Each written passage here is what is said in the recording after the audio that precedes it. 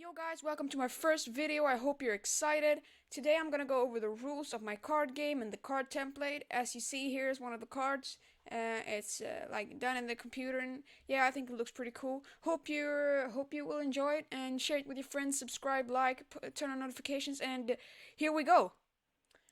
Okay, so I'm gonna start with the rules. It's pretty simple. It's like a mix of Magic and Yu-Gi-Oh, and then what turned out to be a little bit of Chaos Galaxy 2.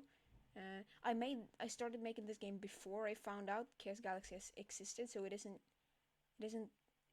supposed to be like Chaos Galaxy, but it's a little bit. It has some aspects from Chaos Galaxy. But the game is all about having a city. Both players have a city, and you try to destroy the other player's city and take the crown from them. So you play with a deck between 25 and 40 cards. You get 4 gold each turn, and you use the gold to play your cards. There's, I think it will end up being like 6 different types of cards. There's monsters, which you play in your monster zones. You have 5 monster zones, 3 attack zones, and 2 defense zones. I will go into that deeper when I go to combat. Then we have the spells. You just play them, they activate, and then they go into your black hole, which is your graveyard where your dead cards go. And they don't need any zone to be played, and just play them and they activate and then go into your black hole. Then we have your fortifications. Here it says walls, but it's fortifications. Also, this is in Swedish because I'm Swedish. I'm gonna come out with an official rules, I think. Fortifications protect your city. I'm gonna go deeper into that in what way they do it when we go to combat, but you play them in your build zones. Then we have your ballistics. You also play them in your build zones, but instead of protecting your city, they help your city in other ways. They give you more gold each turn, or make you able to destroy the other player's walls easier, or they're like basically like enchantments I think you say, in Magic, or yeah. And then you have trap cards. They're basically like trap cards in Yu-Gi-Oh. You play them face down in your build zone. It says maybe when your opponent attacks, then kill one of his or her monsters.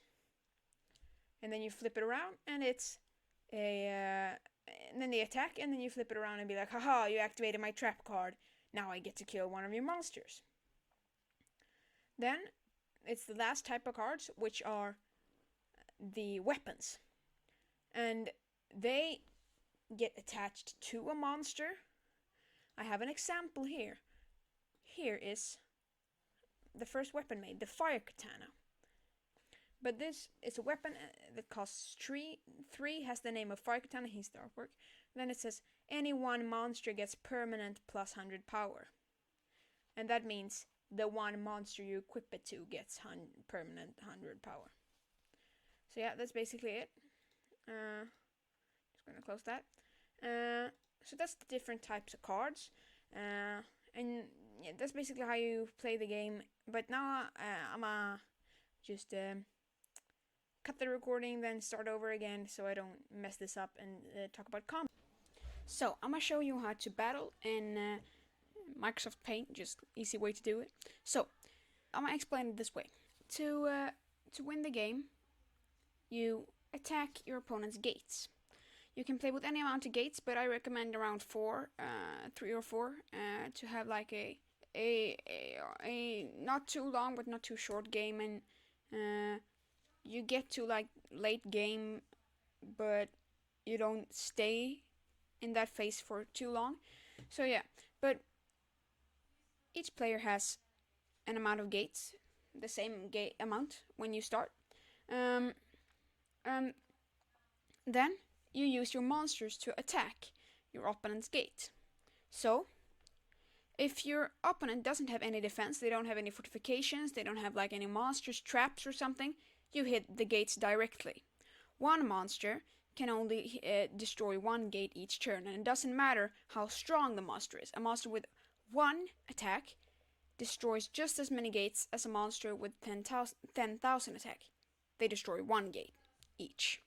So if I have a monster here with 100, and then I have a monster here with 1200, and a monster here with 300 in attack, and then let's say that they have 100, 100 in attack, 100 in defense, 120 in attack, and 120 in defense. Yeah, you get it.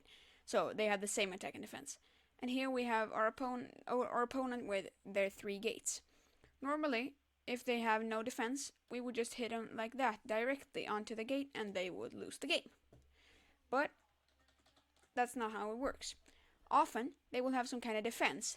They might have a defending monster of 400. Then, when we attack, they choose which creature they want to block. So they might say, oh well, I choose to block the 300. Your defending monsters, you always play them face down, so your opponent don't know which defending monster it is, and then you flip it up when you block with it. So he blocks the 400, blocks the 300. Then they will battle. When they battle, you compare it. So this has 300 and 300 health, and then this has 400 attack and 400 health. So let's just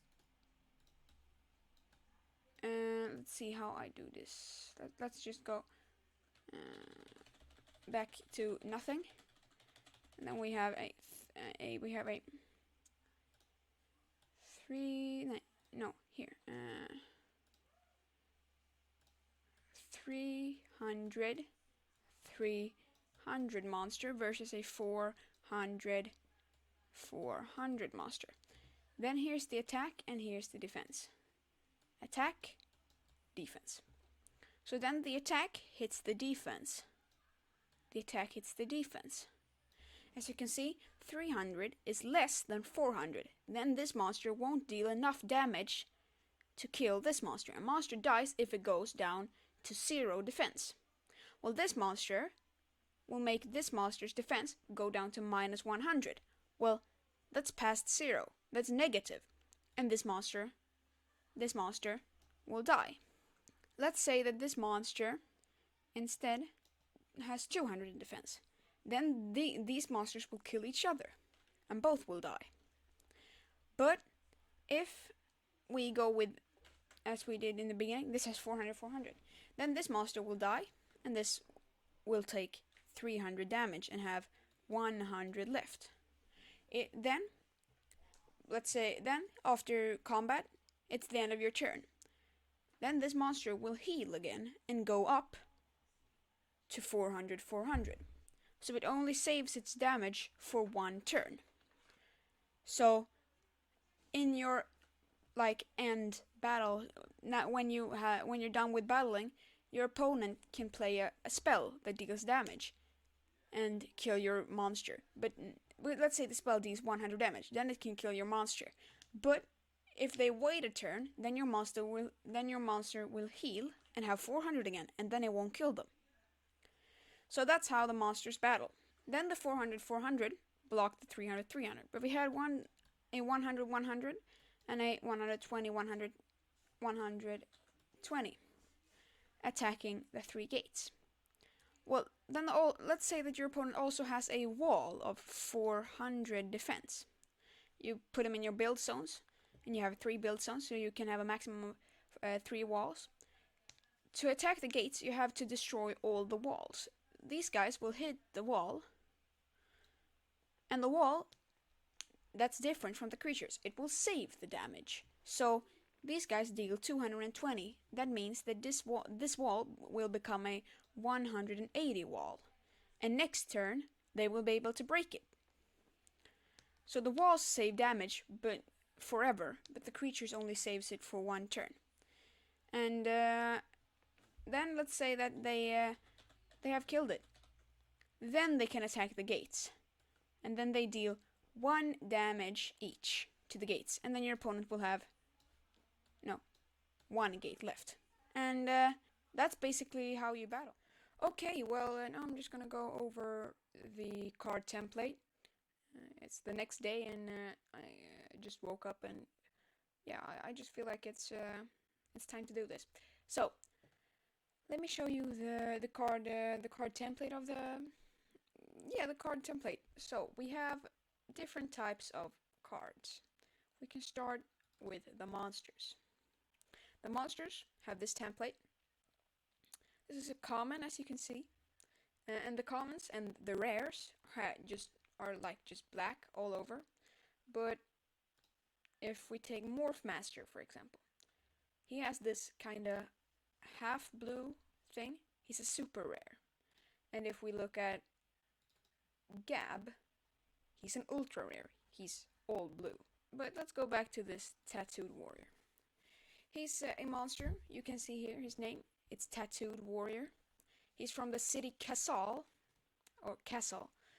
He has 150 attack and 150 defense. And a cost of 3. He has no ability, then it's just like a line, like that. Then he is a common, he's a monster, you see by the M. And then he's card number 16. If we then take a look at maybe a spell, like here. Meteor Reinforcement. The spell cards have no city. Although when I make the cards, I make it as if they were part of the city. And as you can see, all the castle monsters have like this very dark red text. And I made this during the time I made the castle monsters, so it also has a very dark text.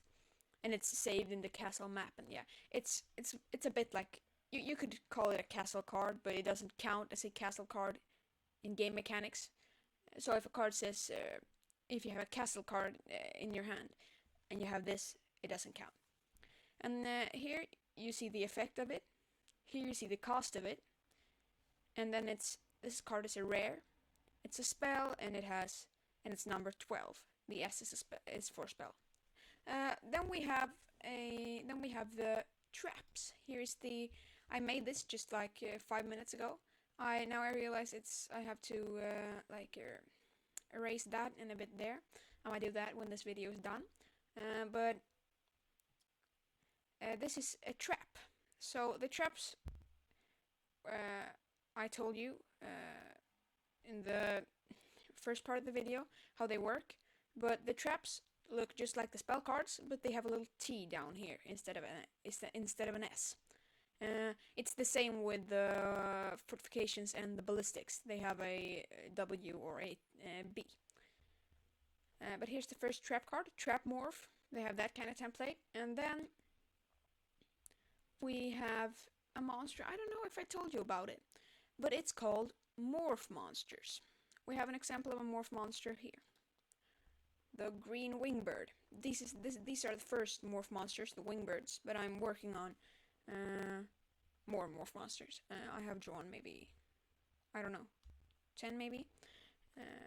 I have some more. Here's a Morph he's a Morph Monster, and this guy's a Morph Monster. This guy's a Morph Monster. But the Morph Monsters, they have as an ability, it says Morph, and then it says, here's this red wingbird dot blue wingbird in these like square things. That means it morphs with them, and then it says what it morphs into, and then it's another of those square things.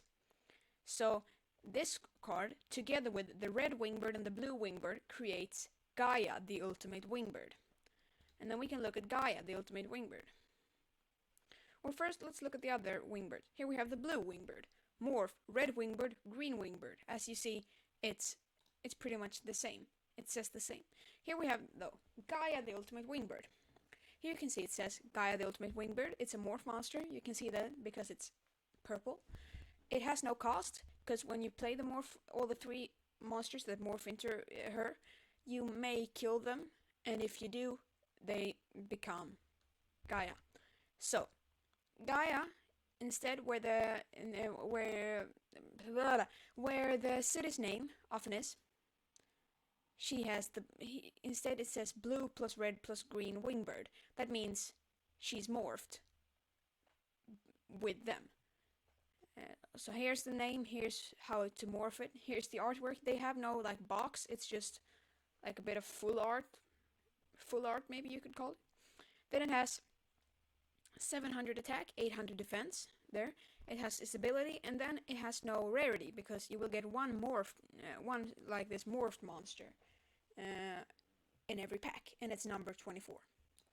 And that's probably, yeah, we have the cities too. So here's my favorite city this far. So it's Zleftal, and it's like the, if you would use magic terms, the like black. So it's once per turn you may kill any of your zoned cards or one-handed card or the top card of your library. So you may kill one of your zone cards, handed cards, or the top card of your library. You can only use it once per turn, and then it says the name, it's the artwork, and then it's a city, and you get a city every pack, and then a rarity, and it has this red border. So yeah, and that's probably the template for all the cards. Hope that helped with the rules and stuff. I'm gonna get back with the city profiles later, and yeah, subscribe and share the video, like it, put on notifications, and yeah, see you next time.